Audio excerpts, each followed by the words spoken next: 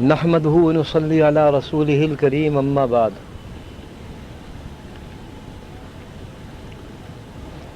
اس وقت میرے سامنے حضرات اساتذہ کرام اور ان کے تلامذہ موجود ہیں۔ اگر اساتذہ کرام کو اور ان کے مرتبے کو معلوم کرنا ہو تو تلامذہ کو دیکھ لیا جائے۔ جیسا استاد ہوگا ویسا شاگرد ہوگا۔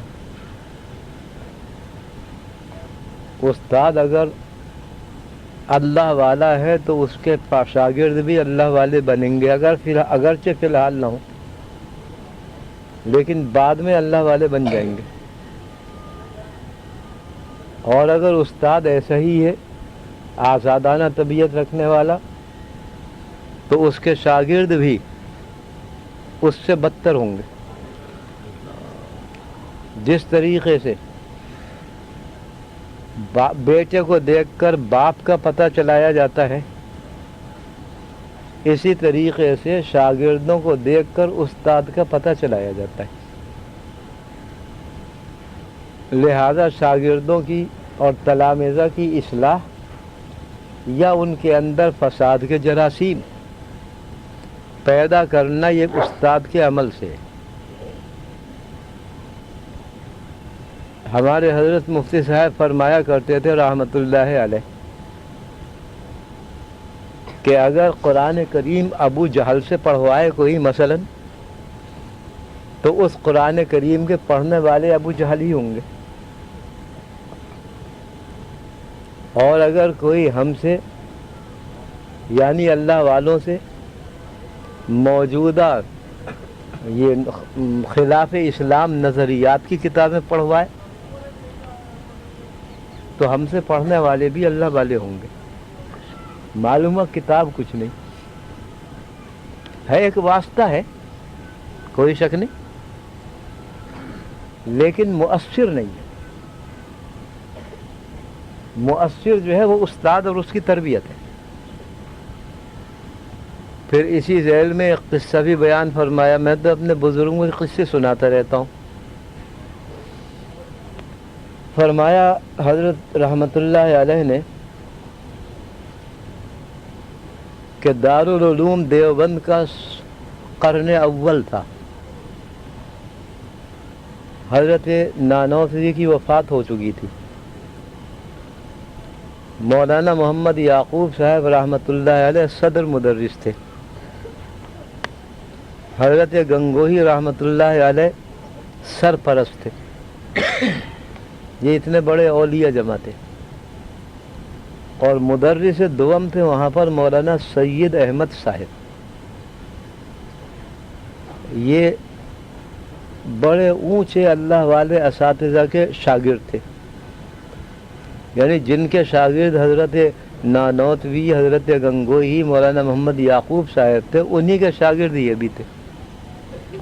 لیکن یہ امام المنطق والفلسفہ تھے، معقولات میں امام بنے ہوئے تھے۔ لہذا دارالعلوم دیوبند میں ان کو مدرس دوم مقرر کیا گیا اور ان کے ذمے ان کے فن کی کتابیں دی گئی۔ صدرہ پڑھاتے تھے، شمس باغہ پڑھاتے تھے، اور اسی قسم کی دوسری کتابیں جو فن سے متعلق ہیں وہ پڑھایا کرتے تھے۔ مولانا محمد یعقوب صاحب رحمۃ اللہ علیہ چونکہ صدر مدرس تھے اور محدث تھے، اس لیے وہ بخاری اور ترمذی پڑھاتے تھے۔ فرمایا کہ ایک دن مولانا سید احمد صاحب رحمۃ اللہ علیہ کو خیال ہوا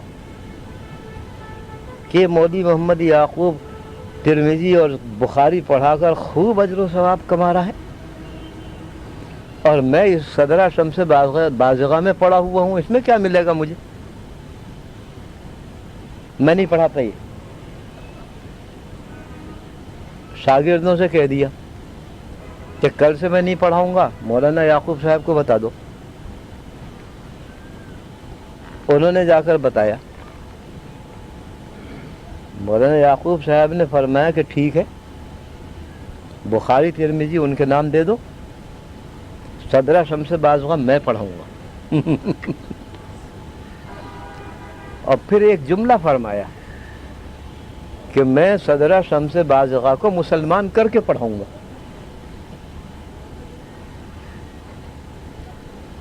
حضرت نے فرمایا کہ دوسرے دن اس پر عمل شروع ہوا۔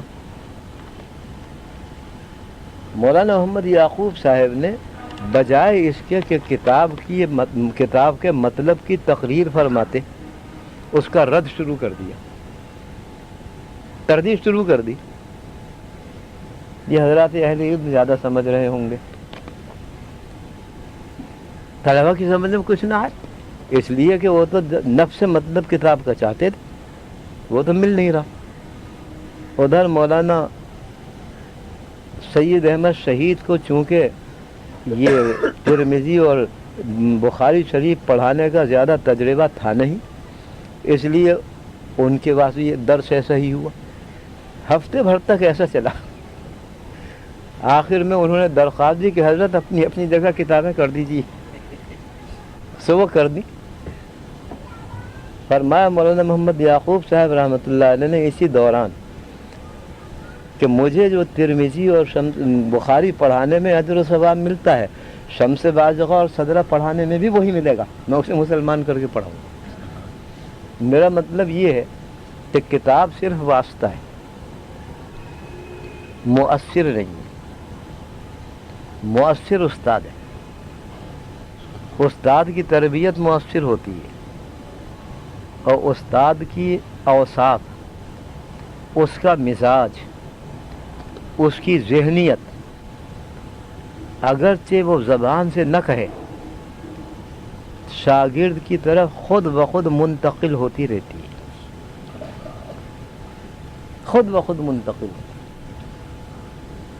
لہذا ہم نے ایسے اساتذہ سے پڑھا میں نے کہ جن کو تربیت کے لیے کچھ کہنے سننے کی ضرورت پیش نہیں آتی تھی، کہ وہ کوئی مستقل نصیحت کرے، ایسا نہیں تھا۔ بس یہی کتاب پڑھاتے تھے، یہی سبق پڑھاتے تھے، لیکن جو ان کا فیض تھا وہ رفتہ رفتہ غیر شعوری طریقے پر منتقل ہو رہا تھا۔ چنانچہ ان اساتذہ سے پڑھنے والے اکثر اللہ کے نیک بندے ہیں، بجز میرے، اللہ تعالیٰ مجھے بھی ان میں داخل فرما دے۔ تو میرے کہنے کا مقصود حضرت یہ ہے کہ تلامذہ کو دیکھنے کے بجائے اساتذہ کرام کی طرف نظر کرنا چاہیے۔ اساتذہ کرام جس انداز کے ہوں گے، تلامذہ اور شاگرد بھی اسی انداز کے ہوں گے۔ ہمارے موجودہ نظام تعلیم میں جو سرکاری طور پر چل رہا ہے، اس میں اس چیز کا لحاظ نہیں ہے۔ چنانچہ وہاں پر جو فسادات پھوٹے ہیں اور پھوٹ رہے ہیں، یہ کتابیں اس کا ذریعہ نہیں، اس کا سبب نہیں، وہاں پر وہ اساتذہ اس کا سبب ہے جو ان کو پڑھا رہے ہیں۔ سکھر سے تقریباً 2 سال پہلے کا واقعہ ہے، میرے پاس ایک استفتاء، ایک فتویٰ پہنچا۔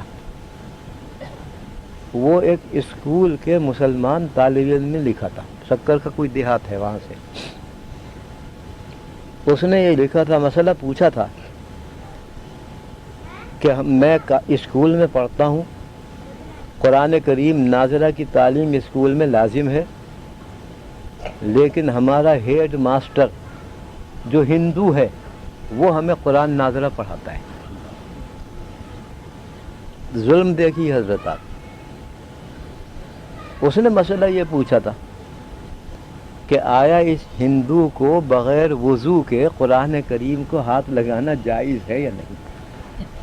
یہ مسئلہ پوچھا تھا، مسلمان تھا، پوچھا اس نے بہرحال۔ اب یہاں پر یہ جو قرآن پڑھا رہا ہے اور ہندو ہے، بتائیے وہ کیسا پڑھائے گا؟ وہ قرآن پڑھائے گا تو پڑھنے والوں کو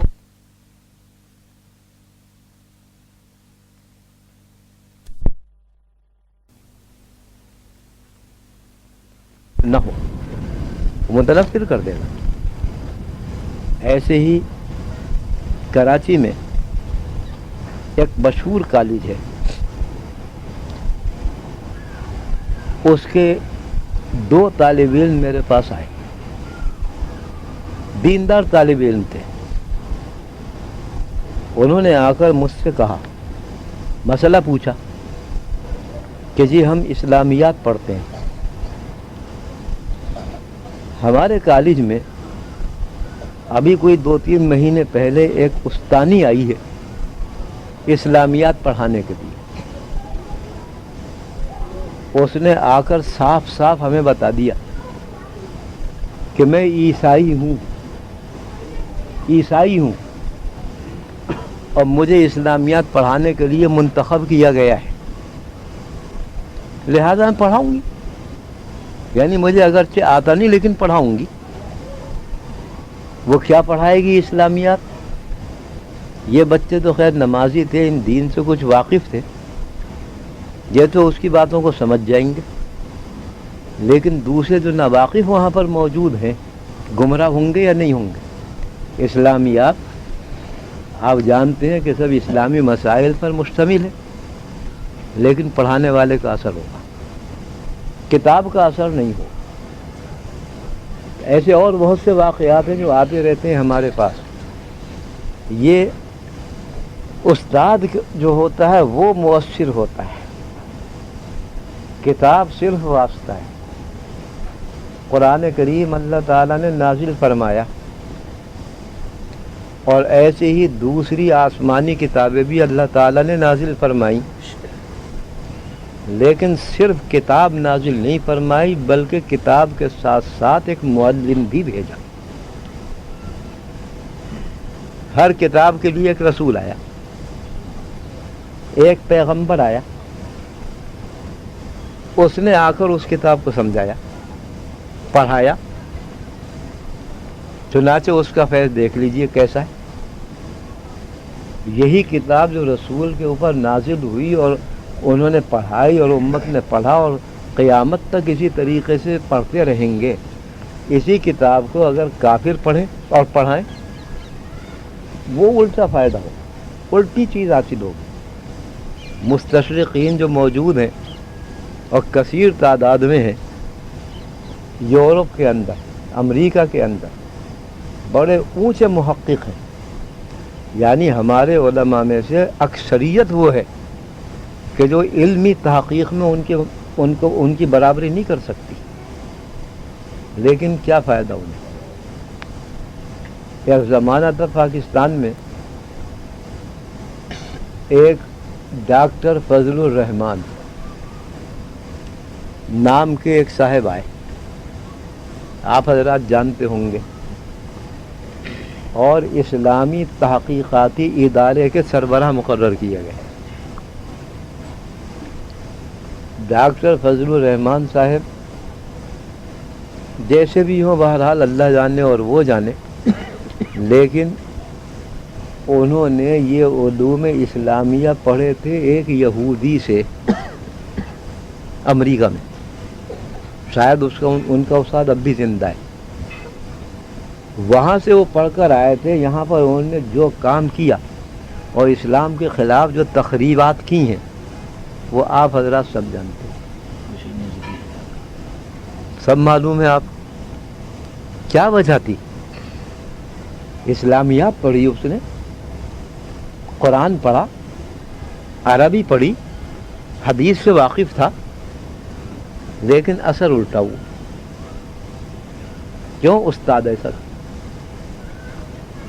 تو استاد کی شخصیت بنانے یا بگاڑنے والی ہے،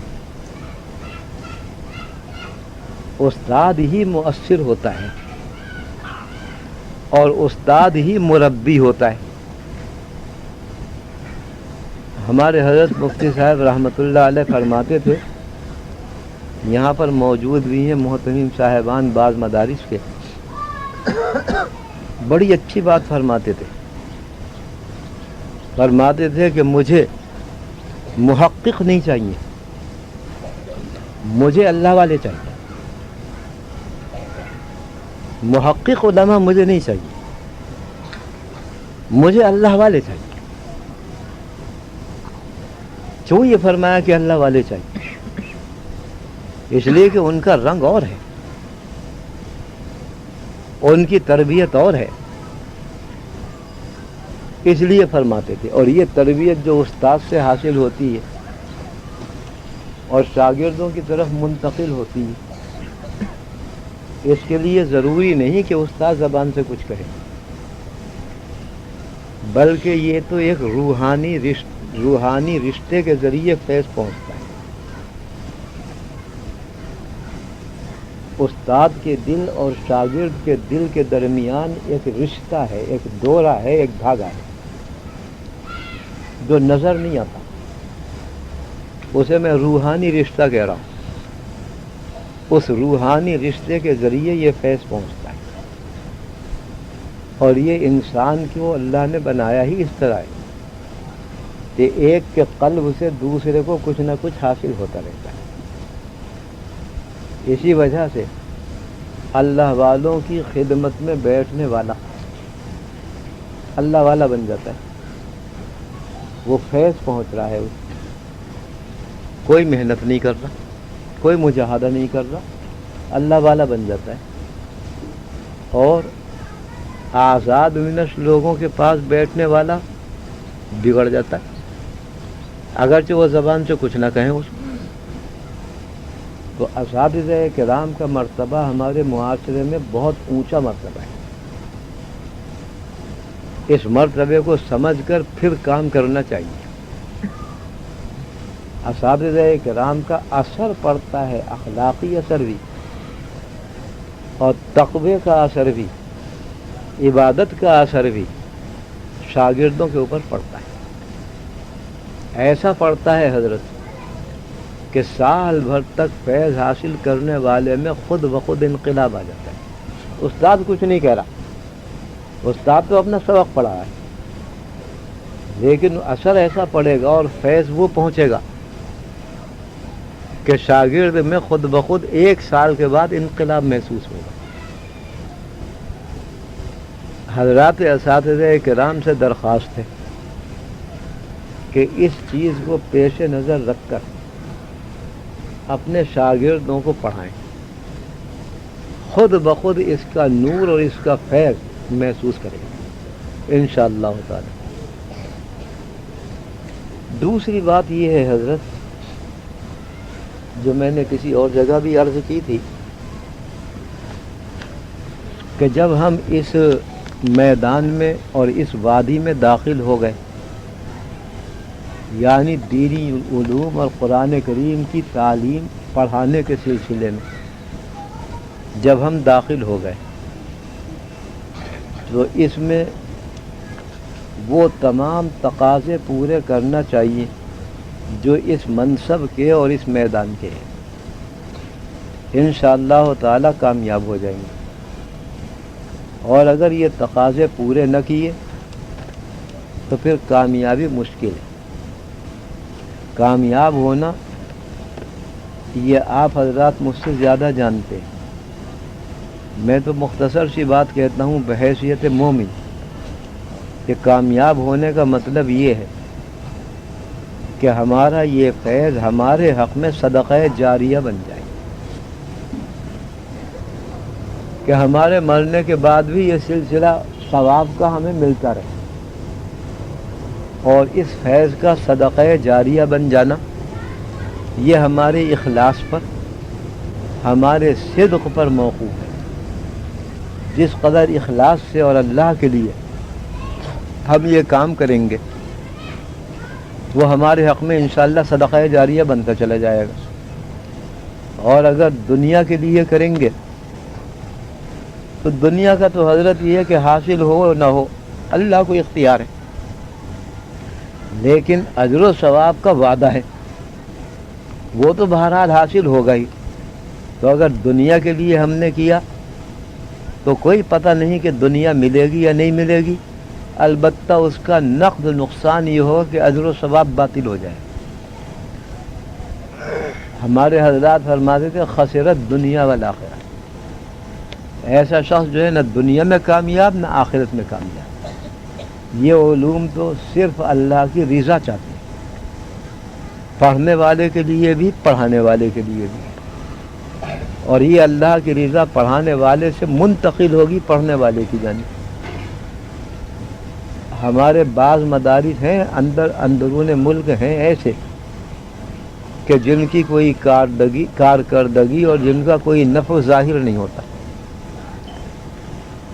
وہاں سے خارج ہونے والے اور فارغ ہونے والے ہوتے ہیں، لیکن بجائے اس کے کہ وہ امت میں اصلاح کا کام کریں اور فساد کا کام کرتے ہیں. اللہ ہی بہتر جانتا ہے کہ اس کے اسباب کیا ہے، لیکن بظاہر یہی معلوم ہوتا ہے کہ یہ علم اور یہ قرآن کریم جس مقصد کے لیے اور جس غرض سے پڑھنے پڑھانے کے لیے اس دنیا میں آیا تھا وہ غرض نہیں پائی جا رہی. اس لیے یہ وبال بن جاتا ہے دنیا میں بھی. بہرحال وقت بھی بہت تنگ ہو گیا ہے. میری تو صرف اتنی سی درخواست اور گزارش ہے کہ آپ جہاں بھی ہوں جہاں بھی رہیں اللہ کی رضا مقصود ہو. اس کے ماتحت دنیا خود بخود آ جاتی ہے، فوراً تو نہیں آتی، اس لیے کہ اللہ تعالیٰ تو بتدریج کام کرتے ہیں اس دنیا میں، اس عالم میں. لیکن پھر ایسی اللہ تعالیٰ فراخی عطا فرماتے ہیں کہ نہ صرف یہ کہ دنیا مل جائے بلکہ دنیا قدموں میں ذلیل ہو کر پڑی رہتی ہے، بشرطے کہ صرف اللہ کے لیے یہ کام کیا جائے. ہمارے مشائخ، ہمارے اساتذہ اور ہمارے بزرگ دنیاوی اعتبار سے مال و دولت نہیں رکھتے تھے، اکثریت ایسی ہے. دنیاوی اعتبار سے وہ مفلوق الحال ہوتے تھے، تنگ دست ہوتے تھے، اور یہ تنگ دستی وہ خود اختیار کرتے تھے. لیکن دنیا کے بڑے بڑے عہدے دار ان کے قدموں میں ذلیل ہو کر بیٹھے رہتے تھے، ان کے اشارے کے منتظر رہتے تھے کہ ہم کیا کریں، جو حکم ملے ہم وہ کر جائیں. پھر یہ صورت پیدا ہو جاتی ہے. اللہ تعالیٰ اس قدر غلبہ عطا فرماتے ہیں اور عزت عطا فرماتے ہیں کہ یہ بڑے بڑے حکام، بڑے بڑے عہدے دار خدمت میں آنے کو اپنے لیے باعث شرف سمجھتے ہیں. کل یا پرسوں کسی شخص کو میں واقعہ سنا رہا تھا، پرسوں سنا رہا تھا. ہمارے بزرگوں میں سے شاہ فضل الرحمن گنج مراد آبادی گزرے ہیں. آپ حضرات نے شاید نام بھی نہ سنا ہو. یہ حضرت شاہ عبدالعزیز رحمۃ اللہ علیہ کے شاگرد تھے. حدیث انہی سے پڑھی تھی انہوں نے، اور بڑے اونچے درجے کے اولیاء کرام میں سے تھے. مجذوبانہ کچھ طبیعت ان کی تھی، مستجاب الدعوات تھی. دنیاوی حالت ان کی نہایت سادہ، مال و دولت کا نام و نشان نہیں، اور اللہ نے کرامتیں یہ عطا فرمائی تھیں کہ ہندو ہو یا مسلمان ان کی خدمت میں حاضر رہتا تھا. اور خصوصاً ہندو تو بڑے معتقد تھے. ان نماز فجر کے بعد جب وہ نکلتے مسجد سے تو بہت سے حاجت مند اور بیمار لائن لگائے ہوئے کھڑے ہوتے تھے. کسی ہندو کے پاس سے گزرتے تو اس سے فرماتے سر کھول اپنا. تو اس نے سر کھولا، اس پہ تھوک دیا، آگے بڑھ گئے. وہ اسی کو برکت سمجھتا تھا، خوش ہوتا تھا کہ اب کام ہو گیا میرا. ان کا قصہ میں سنا رہا تھا ان صاحب کو کہ دیکھیے اللہ نے ان کو کیا مرتبہ عطا فرمایا تھا. انگریز کا دور تھا اور بڑے عروج کا دور تھا. یو پی کا گورنر جو انگریز اور بڑی اونچی حیثیت کا مالک، وہ حضرت شاہ صاحب کی خدمت میں ملاقات کے لیے آیا. انگریز ہے. پہلے اس نے اطلاع بھیج دی کہ کہ میں حاضر ہونا چاہتا ہوں. ہمارے مشائخ مہمان کا اکرام کرتے تھے، چاہے وہ کافر ہو چاہے وہ دشمن ہو. اجازت دے دی کہ آ جاؤ. اپنے حجرے میں تشریف فرماتے، پوچھا کہ بھئی اس کا اکرام کیسے کیا جائے. لوگوں نے کہا کہ حضرت کرسی منگا لیجیے جس پر یہ بیٹھ جائے. کرسی کہا کہ کسی کرسی لا کے رکھ دیں یہاں پر. کرسی نہیں، مونڈھا ایک ہوتا تھا ہمارے یہاں، آپ جانتے ہوں گے، مونڈھا لا کے رکھ دے. وہ مونڈھا لا کر رکھ دیا. آیا وہ حضرت اپنے حجرے میں تھے، نیچے بیٹھے ہوئے تھے. آ کے اس نے قدم بوسی کی، مگر ساتھ میں وہ اپنی میم کو بھی لایا، کیونکہ تو اس کے ساتھ چلتے ہیں. حضرت کے پاس وہ علم نہ تھا کہ وہ بھی آئے گی. اس سے فرمایا گورنر سے کہ بابا اس پہ بیٹھ جا، یہ موٹا پڑا اس پہ بیٹھ جا. اب دیکھا کہ میم بھی کھڑی ہے اور کچھ تھا نہیں حجرے میں. یہ گھڑا آپ جانتے ہیں نا پانی بھرنے کا، ایک خالی گھڑا رکھا ہوا تھا. اس سے میم سے فرما رہے ہیں کہ بی بی تو کیا دیکھ رہی، یہ گھڑا اٹھا لے، اوندھا کر کے اس کے اوپر بیٹھ جا. وہ روب دیا تھا اللہ نے ان کو کہ اس میم نے اسی کو اپنے لیے سعادت سمجھا.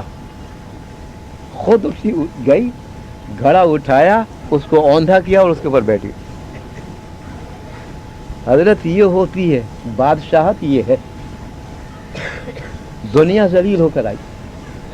پھر بات چیت ہوئی، جو کچھ بھی ہوئی اس کا مجھے علم نہیں. تو اللہ کے لیے جو ہو جاتا ہے وہ ایسا ہوتا ہے. من کان للہ کان اللہ لہ. جو اللہ کا ہو گیا اللہ اس کا ہو گیا.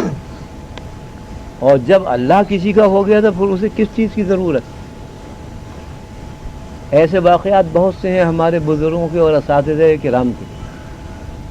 اس لیے اللہ نے ہمیں اور آپ کو یہ شرف عطا فرمایا ہے، بلکہ موقع عطا فرمایا ہے، توفیق دی ہے کہ ہم اپنے اس کام کو صدقہ جاریہ بنا لیں یا پھر خسرت دنیا والآخرہ کا مصداق بن جائے.